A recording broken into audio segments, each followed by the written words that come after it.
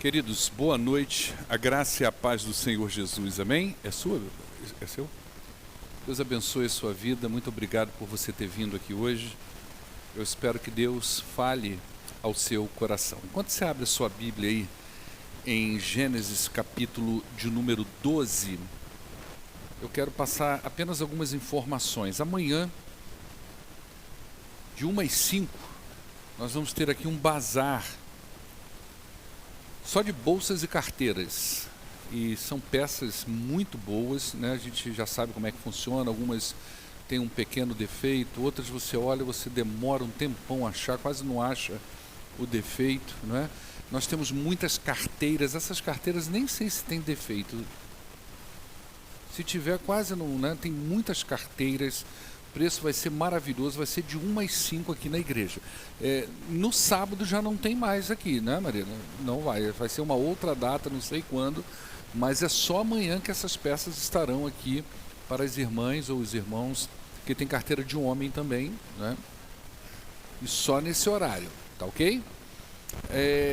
Deixa eu ver mais o que. Próximo, não, sem ser sábado agora, o outro, dia 23, 24, não é, Marane? Cadê Marane? EBF, não é isso?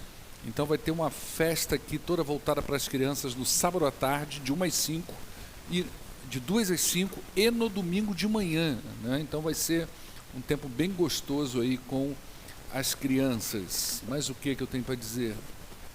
Sábado agora, 3 horas da tarde, na casa da irmã Vanilce. Só quem tem para além dos 60, tá ok? Não, para além dos 60. Não, 60 e uma semana você já está enquadrado, não é? Oi? Você pode, Brito. Você já entra pela frente no ônibus? Então, o critério é esse. Você entrou pela frente no ônibus, já está enquadrado, tá bom? Casa da irmã Vanilce. Quem não sabe onde é, aí procura com ela ali a localização, essas coisas todas, para você ter uma tarde muito gostosa lá na casa da irmã Vanilce. Tem mais algum anúncio, gente? Eu não estou lembrando. Orem por algumas coisas importantes para nós, dentre as quais a nossa escola de música, que o irmão Tony ali já está idealizando, já montou o grupo, já mandou a proposta para o pessoal. Então nós vamos ter aula de canto, é isso, Tony? Violão. Mais o que, Tony? Stand-by, teclado e bateria, mais o que? Guitarra e baixo. É quase uma orquestra que vai sair daí. Quase uma orquestra, né? Hã? Banda. Por isso que eu falei quase uma orquestra. Quase. Isso, a Marina também está abrindo vagas. Obrigado. Para a equipe de evangelismo. Então, se você tem esse dom no coração, tem esse desejo, procura a irmã Marina, e as vagas estão abertas e são ilimitadas as vagas, né? Então procura ela, que ela está montando uma equipe de evangelismo. Ela já tem um programa que ela mesma construiu aí, ela vem construindo ao longo do ano, desde o ano passado, que acho que ela vem trabalhando nisso, e ela vai agora montar esse grupo e nós vamos começar a trabalhar sobre a liderança dela aí, tá bom? Não estou me lembrando demais, deve ter mais anúncios, mas eu não estou lembrando. Vamos lá, gente. Gênesis capítulo 13, nós estamos numa sequência aí sobre a vida de Abraão, aí chamado Abrão ainda, ok? Eu falo Abraão porque eu vou me enrolar se eu ficar separando os nomes, tá certo? Então eu prefiro já chamar do jeito que a gente já conhece, mas vai ter o momento da transição de nomes. Então capítulo 13 diz assim de Gênesis: Saiu, pois, Abrão do Egito e foi para o Neguebe com sua mulher e com tudo que possuía, e Ló foi com ele. Abrão tinha enriquecido muito, tanto em gado como em prata e ouro. Ele partiu do Neguebe em direção a Betel, indo de um lugar a outro, até que chegou ao lugar entre Betel e Ai, onde já havia armado acampamento anteriormente, e onde, pela primeira vez, ele tinha construído um altar. Ali Abrão invocou o nome do Senhor. Ló, que acompanhava Abrão, também possuía rebanhos e tendas. E não podiam morar os dois juntos na mesma região, porque possuíam tantos bens que a terra não podia sustentá-los. Por isso, surgiu uma desavença entre os pastores dos rebanhos de Abrão e os de Ló. E nessa época os cananeus e os ferezeus habitavam aquela terra. Então Abrão disse a Ló: não haja desavença entre mim e você, ou entre os seus pastores e os meus, afinal nós somos irmãos. Aí está a terra inteira diante de você. Vamos separar-nos. Se você for para a esquerda, eu irei para a direita, e se você for para a direita, eu vou para a esquerda. Olhou então Ló e viu todo o vale do Jordão, e todo ele bem irrigado até Zoar. Era como o jardim do Senhor, como a terra do Egito. Isto se deu antes de o Senhor destruir Sodoma e Gomorra. Ló escolheu todo o vale do Jordão e partiu em direção ao leste. Assim, os dois se separaram. Abrão ficou na terra de Canaã, mas Ló mudou seu acampamento para um lugar próximo a Sodoma, entre as cidades do vale. Ora, os homens de Sodoma eram extremamente perversos e pecadores contra o Senhor. Disse então o Senhor a Abrão, depois que Ló separou-se dele: de onde você está, olhe para o norte, para o sul, para o leste, para o oeste. Toda a terra que você está vendo eu vou dar a você e a sua descendência para sempre. Eu tornarei a sua descendência tão numerosa como o pó da terra. E se for possível contar o pó da terra, também se poderá contar a sua descendência. Então percorra essa terra de alto a baixo, de um lado para o outro, porque eu a darei a você. Então Abrão mudou o seu acampamento e passou a viver próximo aos carvalhos de Manre, em Hebrom, onde construiu um altar dedicado ao Senhor. Amém? Vamos orar ao nosso Deus. Pai, muito obrigado por esta noite. E eu peço que o Teu Espírito use essa narrativa tão importante, tão significativa na história da redenção. Que o Senhor use essa narrativa para abençoar a todos que estão aqui nesta noite. Nós oramos em nome do poderoso Jesus Cristo, hoje e sempre. Amém. Hoje quando eu finalizei o que escrevi para falar para vocês hoje, eu cheguei à conclusão que o tema dessas mensagens não deviam ser caminhando nos passos da fé de Abraão, mas devia ser os altares de Abraão, né? Nós estamos no terceiro altar que o Abraão constrói aqui, nos 2 capítulos iniciais que falam da sua vida. Bom, o meu objetivo é aprender com a história de Abraão, é aprender com a história desse patriarca, como é que Deus lapidou a fé dele, porque eu creio que Deus faz isso com a gente hoje ainda. No capítulo 12, onde se narra o chamado de Abrão, nós podemos aprender algumas lições. A gente já fechou o capítulo 12, a gente já pregou ali 2 mensagens no capítulo 12, mas eu quero destacar algumas coisas que nós aprendemos lá. A primeira delas, que nós aprendemos que a nossa jornada com Deus é uma jornada de fé, e o começo disso está no reconhecimento da própria existência de Deus. Então, Abraão teve que ser visitado lá em Ur dos Caldeus, e no meio de tanta idolatria, Deus falou ao coração dele. E ele entendeu que aquele Deus que estava falando com ele, de fato, era o Criador dos céus e da terra. Nossa caminhada de fé não vai se desenvolver, ou melhor, ela não vai nem se iniciar, se nós não tivermos a plena convicção na existência de Deus. Aprendemos também que Deus nos ama e tem para nós um plano cheio de bênçãos. Isso vai se tornar claro para nós à medida em que o nosso relacionamento com Ele vai se tornando mais sólido. Então, nessa caminhada de fé, não está apenas a ideia de que Deus existe. Eu preciso caminhar com Ele. E à medida que nós caminhamos com Deus, essa história de fé, esse relacionamento, ele vai se tornando mais vivo e mais sólido. Assim foi na história de Abraão. Ele é chamado lá em Ur dos Caldeus, ele ouve a voz de Deus, ele sai em direção à ordem desse Deus, e à medida que ele vai caminhando nessa trajetória, o relacionamento dele com Deus, nós vamos ver isso hoje, ele vai se construindo, se tornando mais sólido. Aprendemos também, como eu já disse, que não é só acreditar que Deus existe. Fé é confiar em Deus à medida em que nós vivemos. Então, fé em Deus não é só essa ideia cognitiva da existência de Deus. A nossa fé vai ser construída à medida em que nós confiamos em Deus enquanto nós vivemos.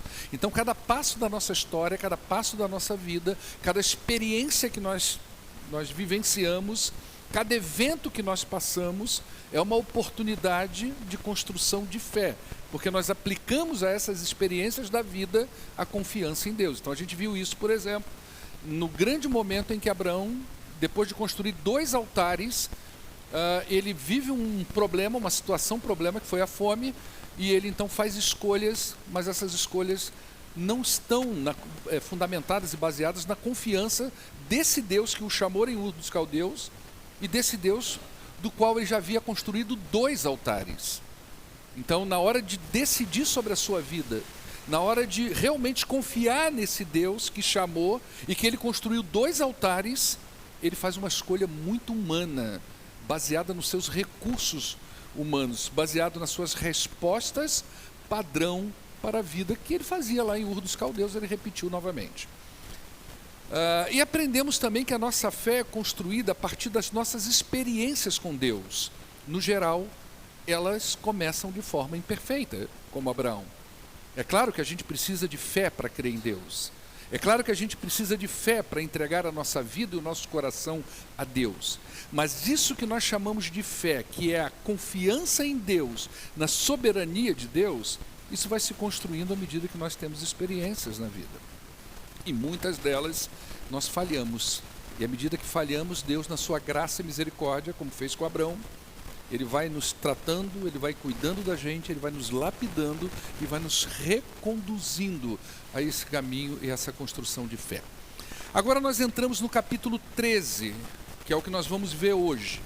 Esse capítulo 13, ele pode ser dividido da seguinte forma: a gente pode pegar o capítulo 13 e tripartir ele. De que forma? Os versos de 1 a 4 vai falar do regresso de Abraão. Você vai ver aí no texto, nos versos de 1 a 4, que Abraão volta para o lugar da onde, naquele momento, não devia ter saído. Ele volta naquele lugar onde ele fez uma escolha errada. Gente, isso é significativo demais. Qualquer pregador aqui habilidoso, que não é o meu caso, ia fazer um sermão maravilhoso nos versos de 1 a 4, tratando dessa história, dessas oportunidades que Deus tem, e eu vou falar disso um pouco, de nos trazer de volta a momentos da nossa vida, que são momentos onde nós temos a oportunidade de ressignificar as coisas. Então Abraão volta na sua origem, lá no lugar onde ele tinha levantado aquele segundo altar. Depois, a segunda divisão está dos versos 5 a 13, que é a tensão que existe entre Ló e Abraão. Ela vai ser diluída, ela vai ser mais bem tratada nos versículos de 5 a 13. Ló vai começar a aparecer agora, a história dele, porque antes ele era só um acompanhante, agora vai surgindo a pessoa de Ló. E por fim, dos versos 14 a 18, Deus fortalece Abraão com algumas promessas. A gente vai passar por tudo isso de uma forma bem didática, bem devocional, de forma que temos a expectativa do Espírito Santo aplicar aí no seu coração. Veja bem, existe algo que está acontecendo na transição do capítulo 12 para o capítulo 13, e que pode passar despercebido. Você lê o capítulo 12 e o 13 e não percebe uma transição importante. E ela é importante a gente entender isso, porque isso nos leva a entender dificuldades que podem surgir na nossa caminhada de fé. Presta atenção, no capítulo 12, a narrativa do capítulo 12 é uma situação desconfortável que põe a fé de Abraão à prova. A situação problema do capítulo 12 é a escassez de recursos. O problema do capítulo 12 é como que Abraão vai resolver o problema da sua fome. E Abraão recorre aos recursos humanos em detrimento da confiança em Deus. Essa é a tensão do capítulo 12. Essa é a situação problema do capítulo 12. Abraão está na falta. Está faltando comida na sua despensa. A plantação não deu a colheita certa. A sua família está correndo risco de fome. O seu gado, os seus empregados, todo aquele povo que saiu com ele de Ur dos Caldeus, que passou por Harã, aqueles que acrescentaram, foram acrescidos à comitiva de Abraão lá em Harã, e agora desce para a região do Neguebe. Abraão faz lá aquela plantação, mas não dá fruto. É a situação problema do capítulo 12. Agora, no capítulo 13, a situação é outra. O problema não é mais a escassez, é a abundância. Trocou o problema. Saiu de um polo e foi para o outro. O problema no capítulo 12 é falta. O problema no capítulo 13 é o excesso. O problema no capítulo 12 é falta. O problema no capítulo 13 é abundância de comida. Olha que situação difícil. Num capítulo eu tenho falta, no outro eu tenho abundância. E os dois se constituem um problema, não é? É a situação diferente, mas ambas podem dizer da nossa fé e da nossa integridade. O que a gente precisa ver agora na vida de Abraão é o seguinte: o que mudou para ele desde a primeira prova, a prova da escassez? Será que ele vai reagir de uma forma diferente agora? Será que ele vai encarar a situação problema, que é a abundância dele, do sobrinho dele, de uma maneira diferente de como ele agiu quando ele estava lá na região do Negueb, que ele levantou aquele altar e que ele começou a caminhar, ele viu a fome e falou: poxa, eu vou para o Egito, porque lá tem comida. Ele olhou para o Egito e viu os verdes pastos, igualzinho a Ló. Como vai ser agora na vida desse patriarca? E uma pessoa... É bom que você entenda isso, ela pode reagir muito bem à escassez. Uma pessoa pode se aproximar mais de Deus na hora da dor e do sofrimento, mas ela pode se afastar de Deus na hora da alegria e da abundância. Há quem diga que nós nos achegamos mais a Deus, nós nos amamos, nós nos aproximamos mais de Deus quando nós estamos vivendo problemas de falta, de doença, de dor, ou seja, quando a corda está no pescoço da gente, parece que ela nos levanta a olhar para cima. E há quem diga que muitas pessoas, quando elas têm a abundância, quando elas conseguem o que querem de Deus, elas se afastam, a sua fé esfria, elas já não estão mais tanto assim a serviço do Senhor, elas já não frequentam tanto assim uma reunião de oração, elas já não participam mais tão ativamente de um estudo bíblico, elas não se reúnem mais em família para se quebrantarem diante de Deus, porque afinal de contas não há problema. Mas quando falta, nós nos quebramos. Quando falta, nós nos ajoelhamos. Quando falta, nós buscamos ao Senhor. Quando nós sentimos que a nossa vida está em risco, que a nossa família está em perigo, nós nos aproximamos mais do Senhor.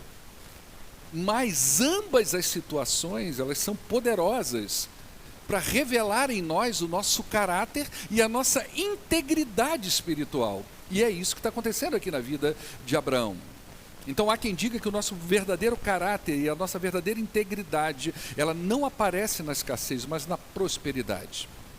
Os primeiros 4 versículos do capítulo 13 narram o retorno de Abraão ao local anterior. Você vê aí no capítulo 12, verso 8, que é a narrativa anterior, vai dizer assim: dali prosseguiu em direção às colinas a leste de Betel, onde armou o acampamento, tendo Betel a oeste e aí a leste.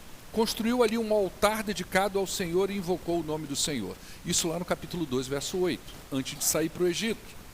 E agora no capítulo 13, nos primeiros 4 versículos do capítulo 13, está dizendo que Abraão volta justamente para essa localização. É um retorno. O pano de fundo mudou. Não seria mais a fome que ele ia encontrar, mas a prosperidade. Parece que Abraão está retornando ao princípio. Ele está voltando para o lugar onde ele tomou a decisão errada de não confiar em Deus. A pergunta é: o que mudou na vida de Abraão? Será que alguma coisa mudou agora, quando ele retorna? Algo mudou. É claro que mudou. Abraão voltou mais rico. Olha que coisa. A graça de Deus é incrível. O cara peca contra o Senhor. O cara diz para o Senhor, em outras palavras, que confia mais na sua capacidade de resolver as coisas do que em Deus. Ele vai para o Egito. Ele vive essa questão da mentira que nós conversamos na semana passada e sai de lá mais rico. Imagina o que passa na cabeça de uma pessoa dessa. Então, quando ele volta agora para aquele lugar onde ele havia saído antes do Egito, onde ele havia construído o segundo altar, quando a gente fala o que mudou, a primeira coisa que mudou é que ele volta mais rico. Ele saiu do Egito mais rico do que ele entrou. Tudo às custas da Sara. Lembra que eu falei na semana passada? Quando ele diz que Sara é irmã dele, o faraó pensa: poxa, você é o cuidador dela, ela vai ser minha esposa, eu preciso tratar bem você, isso era um costume antigo. E enquanto Sara estava no palácio do Egito, Abraão estava recebendo o melhor do faraó. ovelhas, bois, gados, e quando eles saem de lá, Abraão sai mais rico do que entrou. Então o pano de fundo ele muda, agora não é mais a fome, é a prosperidade. Entretanto, o teste era o mesmo. Abraão confia em Deus? Será que Abraão realmente entendeu quem chamou ele lá em Ur dos Caldeus? Será que Abraão compreendeu realmente que ele precisa confiar em Deus? Então o teste não muda. A pergunta, o pano de fundo é sempre o mesmo. Abraão confia em Deus? Amados, eu não sei quanto a vocês, mas eu já tive a nítida sensação na minha vida de estar voltando a lugares na vida onde alguma coisa ficou mal resolvida. Eu não sei quanto a você, mas eu já tive a sensação em alguns momentos, alguns detalhes da vida, que a gente está voltando a uma situação, a um lugar simbólico, onde alguma coisa ficou mal resolvida. Anos depois, Deus pode nos levar de volta a uma situação onde nós teremos que fazer as mesmas escolhas novamente. Escolhas entre recorrer aos nossos recursos pessoais ou confiar nele. Deus faz essas coisas com a gente. Ele nos permite voltar a lugares na vida e nós chegamos às vezes às mesmas situações em contextos diferentes e a gente às vezes um pouquinho diferente, mas para fazer escolhas semelhantes a outras que nós fizemos no passado e que não foram escolhas muito boas. E que naquele momento nós optamos por nós mesmos, pelos nossos recursos pessoais, em detrimento de confiar no Senhor. E é incrível como Deus nos traz as mesmas situações, entretanto, com mais riqueza espiritual. Igualzinho fez com ele. Mais maduros, mais experimentados. Às vezes a gente volta a lugares na vida onde nós temos que fazer escolhas significativas que vão dizer para nós, realmente você confia no Senhor? Só que agora nós não estamos tão imaturos assim. Só que agora a nossa bagagem espiritual aumentou. Nós nos tornamos pessoas mais espirituais, nós lemos mais a Bíblia, nós ouvimos mais do Senhor, nós aprendemos mais coisas espirituais. Nós nos tornamos mais maduros, nós já caímos e nos levantamos e Deus nos traz de volta as mesmas situações, mas mais ricos espiritualmente. A pergunta que surge é, como que nós vamos reagir a esse regresso? Deus pode nos trazer de volta para tratar sobre escolhas erradas que a gente faz. Deus pode nos trazer de volta a uma ansiedade mal curada para a gente resolver aquilo. Deus pode nos trazer de volta para tratar relacionamentos que foram rompidos com alguém ou com algum grupo, e às vezes até com uma igreja. Não sei se você já teve essa experiência, eu nunca tive isso, mas como pastor já recebi muita gente, tanto em Miradouro quanto aqui, até em Pouso Alegre, pessoas que já passaram, que já tiveram dificuldades, e volta como se Deus estivesse dizendo assim, ó, estou te levando de volta para você aprender a fazer as escolhas certas, a ressignificar a sua vida um pouco. Deus nos traz de volta muitas vezes para a gente tratar o nosso jeito de ser. Ele traz a gente de volta às mesmas situações na vida para a gente tratar o nosso jeito de ser. Deus nos traz de volta para a gente tratar a nossa dependência e a nossa confiança nele. Então, às vezes, ele permite que a gente volte a situações semelhantes, onde a gente vai ter que dizer, confio realmente no Senhor depois de tantos anos? Será que foi só aquela vez? Ou agora de novo? Será que eu vou responder da mesma forma? E pela sua graça, ele nos chama de volta a esses lugares com muito mais bagagens que nos ajudam a ressignificar o nosso passado. Você sabe o que é ressignificar o passado? É você reviver um evento muito parecido ou semelhante e poder dar um sentido e um significado à coisa que de repente lá atrás você interpretou de um jeito, agora você interpreta de outro. Quantas vezes Deus permite isso na gente na vida? Voltar a uma situação na vida onde a gente tem a oportunidade de, na mesma situação, dizer, eu posso pensar diferente sobre isso. Será que Abraão vai agir diferente? Será que mudou alguma coisa na fé de Abraão depois do episódio do Egito?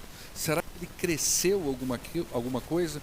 O texto diz que quando Abraão retornou, Abraão se deparou com o altar que ele havia construído ao Senhor. Pensa bem, gente, deve ter sido uma sensação muito estranha. Você está num determinado lugar, você constrói aquele monturozinho de pedra, você sai dali, toma uma decisão errada, acontece tudo o que aconteceu no Egito, ele volta e ele se depara com o mesmo altar. Você consegue imaginar o significado disso para Abraão? Que quando ele constrói aquele altar ali, aquele segundo altar, eu falei isso na semana passada, que o primeiro altar de Abraão talvez tenha sido o altar da obediência. Poxa, o Senhor me tirou de Ur dos Caldeus, obedeci, está aqui um altar da obediência. Depois outro altar que ele constrói é o altar da adoração. O Senhor me sustentou até aqui, eu obedeci, o Senhor me sustentou, o Senhor me chamou. Agora ele volta e ele olha aquele altar que ele havia construído como uma forma de adorar a Deus, de dizer para o Senhor, eu estou reconhecendo que o Senhor está comigo, mas ele escolheu os seus recursos e não Deus.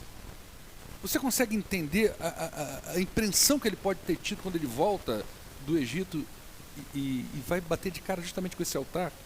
E o texto diz que ele invocou o nome do Senhor. E aí você imagina o que está no coração dele. Imagino que Abraão se sentiu ali naquele momento duas coisas. Primeiro, uma segurança de alguém que retorna para a casa do pai e para o conforto do pai. Betel significa casa do pai. Ele voltou. Betel significa casa de Deus. Ele voltou perto daquele altar. E talvez tenha se sentido reconfortado. Rocha, o Senhor me sustentou de volta até aqui. Mas eu penso que esse invocar o nome do Senhor tenha sido um momento de muita contrição para Abraão. Onde talvez ele tenha ajoelhado diante do Senhor naquele lugar. E clamado ao Senhor. Que afinal de contas ele já esteve nesse lugar, ele construiu um altar de adoração, mas ele agiu como um pagão. Então provavelmente tenha tido ali um sentimento de: nossa, consegui voltar. O Senhor me tirou do Egito de fato. O Senhor me livrou das mãos do faraó. Que perrengue que eu passei. Nossa, saí de lá mais rico. O Senhor me abençoou. E eu olho aquele altar e falo: uxa, voltei, o Senhor me sustentou. Mas eu agi como um pagão. Então talvez tenha sido um momento de grande contrição, por isso a Bíblia usa esse termo, que Abraão invocou o nome do Senhor. E é aqui que entra Ló. É agora que surge esse personagem chamado Ló. Não é? Ló, diz aí nos versos 5 e 6, Ló, que acompanhava Abrão, também possuía rebanhos e tendas, e não podia morar os dois juntos na mesma região, porque eles possuíam tantos bens que a terra não podia sustentá-los. Versos 5 e 6. De 1 a 4 narra o retorno de Abrão. Agora Ló entra na jogada dos versos 5, 6 até o 13, aonde vai rolar uma tensão. Quem era Ló? Um sobrinho de Abraão, que acompanhou ele desde Ur, e que enriqueceu à sombra da bênção do tio. Esse é o sobrinho Ló. Ele saiu de Ur dos Caldeus juntamente com seu tio, juntamente com os familiares do seu tio, e enriqueceu. Ele continuou ali na sombra do tio e a bênção de Deus estava sobre Abrão e ele pegava a rebaba dessa bênção e enriquecia junto. Lá em Ur dos Caldeus, Deus disse a Abraão: sai da tua terra e sai do meio da tua parentela. Mas ele carregou toda a família. A gente falou disso. Seu pai parou lá em Harã, travou eles na cidade de Harã. Abraão agora sai de Harã, daquela terra de idolatria, e agora o problema é Ló. É Ló que vai dar o problema. É o parente que ele não largou. Primeiro foi o pai. Ele sai de Ur dos Caldeus, em vez de ele passar reto por Harã, ou talvez fazer uma paradinha, ele para lá, porque era um centro de idolatria. Os mesmos deuses de Ur estão em Harã. O pai é um idólatra, e ele também ainda. Ele chega a Harã, o pai fica lá, e ele também, por causa do pai, enriquece lá. Mas o pai morre e ele sai. Deus visita ele de novo e diz: sai da tua terra, sai da tua parentela, saia do meio dos seus. Mas ele carrega Ló junto. E agora Ló vai dar o problema para ele. A região que eles estavam não suportava a demanda que ambos necessitavam para a manutenção do desenvolvimento da renda dos dois. Talvez o pasto não era suficiente. Talvez a água não era suficiente para alimentar e matar a sede de toda aquela boiada, ou de todas aquelas ovelhas. É um espaço pequeno para o desenvolvimento de duas empresas de grande porte. Você imagina que você tem uma cidade pequena e você tem dois empresários da mesma família, E essa empresa cresce, cresce, as duas vão crescendo e a cidade vai ficando pequena. Não comporta essas duas empresas. Então chegou a hora de tomar decisões, chegou a hora de fazer escolhas, chegou a hora de revelar a integridade. E a pergunta de pano de fundo é sempre a mesma: será que cresceu Abraão? Será que Abraão vai tomar decisões diferentes? Será que ele vai reagir de uma forma diferente, como ele reagiu da primeira vez? A questão é que a história não é sobre Ló. Na verdade, a história é sobre Deus. Mas o personagem humano aqui é Abraão, não é sobre Ló. As bênçãos de Deus, elas estão sobre Abraão. Foi ele que foi chamado, a promessa está sobre ele, não sobre Ló. Então, nesse caso, Abraão podia ter dito o seguinte: amado sobrinho, está na hora de cada um seguir o seu caminho. Eu tenho prioridades sobre você, você vai procurar outro lugar e vai avançar com a sua empresa em outro lugar. Ninguém ia julgar Abraão por agir dessa forma, mas a fé de Abraão havia subido mais um degrau. Abraão aprendeu a valorizar pessoas mais do que bens. Você lembra quando Abraão vai para o Egito e dá aquela treta com Sara? E ele se enriquece mais em cima da pessoa da esposa. Eu até brinquei para você, gente, você imagina quando os dois se encontraram de novo. O pau que deve ter quebrado entre Sara e Abraão. Pô, você falou que eu era seu irmão, sua irmã, rapaz, tá maluco? O cara me levou lá para dentro, você sabe lá o que esse homem ia fazer comigo? Enquanto você comia churrasco, eu estava dentro do palácio. Ela voltou. E pode ter tido realmente uma treta entre os dois, e Ló, observando tudo aquilo, quer dizer, Abraão valorizou mais a sua segurança pessoal do que a própria esposa. Mas agora ele começa a pensar diferente. Agora ele começa a valorizar mais as pessoas do que bens. Então ele vai dizer: não haja desavença entre mim e você, ou entre os seus pastores e os meus, afinal nós somos irmãos. Aí está a terra inteira diante de você. Vamos nos separar. Se você for para a esquerda, eu vou para a direita, mas se você for para a direita, eu vou para a esquerda. Como que dizendo, a escolha agora não é mais minha, eu já escolhi uma vez, não deu certo. Eu olhei para o Egito, eu tive a mesma visão que você, aquelas pastagens verdes, aquele lugar bonito, e essa escolha foi errada. Agora é como se Abraão estivesse dizendo assim: olha, eu vou deixar a escolha nas mãos de Deus, o resultado que der, estou de boa.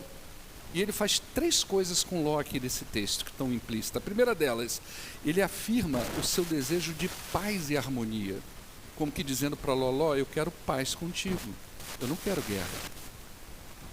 Ele trata Ló, a segunda atitude dele com Ló, é que ele trata Ló como uma pessoa igual a ele, capaz de tomar decisões, capaz de fato tomar decisões do mesmo nível. Abraão não se colocou sobre Ló, se colocou paridade com Ló. E ele faz uma terceira coisa com Ló, ele empodera Ló como agente das suas próprias escolhas. Ló, você vai aprender hoje o que é fazer uma escolha. Ló, você não vai andar mais sobre minha sombra o tempo todo. Você agora vai se responsabilizar pelas escolhas que você faz. E Abraão, então, ele abre mão da sua própria escolha. Ele já havia errado antes em buscar recursos humanos, e agora ele volta ao mesmo lugar, e o que ele faz? Ele não recorre às suas astúcias humanas. Lembra daquela resposta padrão? Ele recorre a uma coisa diferente. Ele tinha o direito de fazer isso, ele tinha o direito dele escolher, mas ele não recorre mais a esse tipo de coisa. Está mudando a vida dele, a fé dele está crescendo, ele está subindo um degrauzinho. Ele começou a dar os primeiros passos de uma fé, confiança na direção e na provisão de Deus. A resposta padrão estava passando por um processo de mudança. Ele agora não vai mais usar a astúcia humana, ele não vai mentir para Ló, ele não vai mais enganar Ló, ele não vai ser mais astuto com Ló. Ele agora está começando a aprender a confiar em Deus. Ele está começando a dizer: olha, o resultado está nas mãos de Deus, porque toda vez que a gente intervém, as coisas dão erradas. Isso é a fé. Você entendeu o que eu falei lá no início? A fé, ela é construída à medida que a confiança em Deus é aplicada às vivências, às suas vivências, à sua vida, aos eventos que ocorrem em torno de você, aos fenômenos que te rodeiam, a você e a sua família. Sabe qual é a verdade? É que Ló, ele não teve nenhuma consideração pelo seu tio. Vamos falar um pouquinho da vida de Ló. Ló considerou toda a fertilidade das terras da região de Sodoma e Gomorra. Ele olhou para lá e viu, poxa, é um lugar legal. Para Ló não havia essa consideração por um tio que lhe deu apoio e ajudou ele a prosperar. Para Ló, a lei era o seguinte: farinha pouco o meu pirão primeiro. Sabe qual é a verdade? Muito de nós parecemos com Ló. Quando nossa segurança e nosso conforto estão sob riscos, nós somos capazes de fazer escolhas gananciosas com a desculpa de que é o que todo mundo faria. Todo mundo faria dessa forma. Pastor, qualquer pessoa ia fazer desse jeito. Pastor, qualquer um ia agir dessa forma. A gente se esconde muitas vezes atrás dessas respostas padrão, não é? Porque na verdade nós nos assemelhamos com Ló. A questão é que escolhas erradas, elas podem se mostrar muito boas a curto prazo, mas a longo prazo elas revelam as suas consequências negativas. Ló levantou seu acampamento sem nem mesmo dizer obrigado ao tio que o havia ajudado, saiu com a sensação de que fez a melhor escolha para a sua vida, mas os resultados viriam com o tempo. A decisão de Ló não levou em conta algo muito importante: a direção de Deus. A decisão de Ló não levou em conta algo muito importante: a direção de Deus. Então ele considerou o ambiente à sua volta, mas não o que Deus poderia fazer ao mundo à sua volta, para que ele aprendesse a confiar no Senhor. Então ele olhou o mundo à sua volta e falou: aquele ali é o melhor lugar. Mas ele não considerou o que Deus poderia fazer com ele, o que Deus poderia tratar nele, não é? E que lição existe aqui para nós? Quantas vezes nossas decisões não levam em conta aquilo que Deus pode fazer? A gente faz escolhas baseadas no que estamos vendo, e a fé é a certeza daquilo que não se vê. É essa fé que estava sendo lapidada em Abraão. Saímos sem pedir nenhuma orientação a Deus, simplesmente a gente muda. Simplesmente a gente vira a cabeça. Simplesmente a gente toma outra decisão. Ló escolheu todo o Vale do Jordão, partiu em direção ao leste. Assim os dois se separaram. Agora Abraão confiou o resultado da sua crise à decisão de Deus, e Deus vai responder a ele. Na primeira vez, ele mesmo toma a decisão, na primeira vez ele faz do jeito dele, agora ele deixa o resultado nas mãos de Deus. O que Ló escolher, eu vou para o outro lado. E aí Deus vai responder a Abraão nos versículos finais. Ele vai dizer assim nos versículos 14 e 15: de onde você está, daí mesmo de onde você está, olhe para o norte, olhe para o sul, olhe para o leste, olhe para o oeste. Toda a terra que você está vendo eu vou dar a você e a sua descendência para sempre. Eu tornarei a sua descendência tão numerosa como o pó da terra. E se for possível contar o pó da terra, também se poderá contar a sua descendência. Percorra essa terra de alto a baixo, de um lado para o outro, porque eu vou dar isso a você. Olha a resposta que Deus deu a ele agora. Totalmente diferente, não é? Essa parte da história de Abraão se constitui uma placa de advertência para nós. Como é que a gente enxerga a vida? No plano horizontal ou no plano vertical? Não é? Se for no plano horizontal, ou seja, no plano humano, sempre as nossas escolhas, sempre as nossas decisões serão fundamentadas em recursos pessoais, aquilo que a gente está vendo na nossa volta, as pessoas que estão perto da gente. Mas se for no plano vertical, de baixo para cima, nossas escolhas serão fundamentadas sempre na direção de Deus. Então fé não pode ser apenas a crença na existência de Deus. Fé é confiar em Deus no decorrer da vida. É dessa forma que ele está tratando Abraão. Abraão, vamos ver como que você confia no decorrer da sua vida. Vamos ver como é que você confia em mim nos eventos que acontecem na sua vida. Como é que a gente conclui isso? O que a gente aprende aqui? Como é que a gente pode fechar esse capítulo 13, essa parte da vida de Abraão? O que a gente aprende, extrai dessa narrativa? Primeiro, nós precisamos olhar além dos benefícios imediatos das nossas decisões. Às vezes, o que parece bom a curto prazo pode levar a gente a prejuízos irreparáveis. Às vezes nós estamos diante de escolhas na vida da gente, decisões, e aquilo parece bom para a gente naquele momento. E a gente, por impulso, toma uma decisão. E a gente tem que levar em conta que os prejuízos podem ser irreparáveis. Você quer ver uma coisa? Eu sou meio impulsivo para comprar as coisas. Sabe qual é a técnica que eu arrumei agora? E agora não, já há muito tempo, né? Não é à toa que eu tenho 2 pares de sapato há 10 anos, mesmo assim eu ganhei. Quantas vezes eu já entrei dentro da loja, vi um negócio bonito, nossa, que barato. Chega a dar aquele comichão, é verdade ou não? Puxa vida. Aí o vendedor todo feliz, vem agora vai. Aí eu digo para ele assim, só um minuto que eu vou dar uma volta no quarteirão. Irmãos, 90% eu deixei de comprar. 90%. Cuidado com decisões que parecem boas a primeiro plano, mas depois os prejuízos são irreparáveis. Não tome decisões para agradar apenas a você. Quando Ló tomou a decisão de ir para Sodoma e Gomorra, ele tomou para resolver os seus problemas. Quando Abraão tomou a decisão de ir para o Egito, ele tomou para resolver os seus problemas. Às vezes, esse tipo de decisão pode trazer uma satisfação momentânea, mas a longo prazo pode se constituir em rupturas. Olha o problema que esse homem teve em Sodoma e Gomorra com a sua família. Olha o problema que Abraão teve no Egito. A gente precisa aprender a tomar decisões que sejam boas para os outros também. Não é só para a gente. Não é só para a gente. Nossa liberdade é outra coisa que eu aprendo. Nossa liberdade de escolhas, ela exige de nós mais implicação com Deus. Não é porque a gente tem o direito de escolher que nós vamos excluir a orientação de Deus.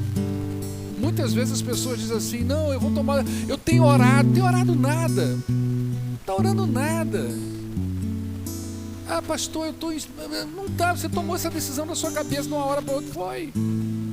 E colocou na conta de Deus que Deus está no controle. E às vezes, pela graça dele, ele está. Mas às vezes a gente dá com os burros na água. Eu aprendo que Deus nos leva de volta a lugares onde, pela sua graça, nós podemos recomeçar e fazer escolhas diferentes. Às vezes Deus, ele proporciona para a gente uma mesma situação na vida. Às vezes com outra pessoa, com um outro lugar, a maquete é diferente, a casca é diferente, mas a natureza do negócio é a mesma. E a gente pensa, puxa vida, na vida parece que eu já estive nesse lugar, eu já estive tendo que fazer a mesma coisa, como que eu vou agir? E infelizmente tem gente que parece que 10, 5, 15, 20 anos depois age do mesmo jeito. Do mesmo jeito. Repete a longo prazo as mesmas coisas. E Deus, pela sua graça, nos leva a esses lugares como que dizendo pra gente, filho, você tem agora uma bagagem espiritual maior, você tem um conteúdo maior. Será que você pode agir diferente? Será que você pode compreender as pessoas diferente? Será que você pode perdoar diferente? Será que você pode fazer escolhas diferentes? Será que você pode pensar espiritualmente de uma forma diferente? Ou vai ser sempre desse jeito? Olha que coisa maravilhosa que Deus faz com a gente. O texto termina com Abraão erigindo outro altar debaixo de outro carvalho. Lembra do carvalho, o primeiro carvalho? Carvalho de Moré? Carvalho do professor, lugar de ensino, lugar de adoração dos cananeus. Agora ele está debaixo de outro carvalho. E esse carvalho aqui é outro ponto de adoração idólatra. É Deus marcando o território, e nesse lugar Deus marca outro território através de Abraão. Ele vai ali erigir outro altar. Olha como que vamos dizer, o mobiliário urbano de Canaã está mudando. O mobiliário urbano, sabe o que é mobiliário urbano? Essas placas que você encontra na rua de propaganda, a cidade vai ficando mais bonita. O mobiliário urbano de Canaã está mudando. Antes era carvalho, idolatria, agora começa a surgir um altar novo.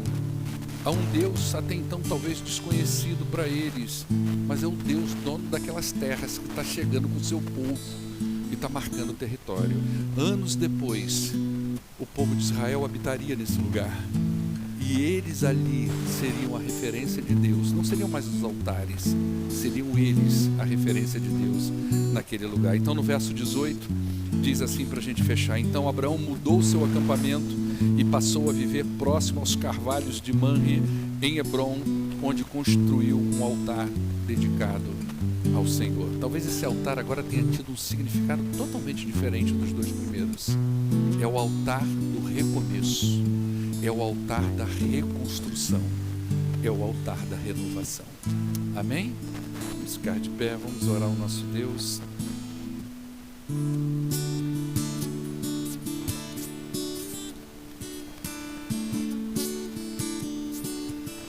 Senhor, nós agradecemos essa noite. Peço ao Senhor que aplique essa palavra tão simples ao coração dos teus filhos aqui hoje. Perdoa os nossos pecados, nos leve para casa, nos dê uma semana próspera e abençoada. Nós oramos em nome do poderoso Jesus Cristo, aquele que vive e reina para todos sempre. Amém. Que Deus abençoe a sua vida. Despede da pessoa que está do teu lado. Um forte abraço.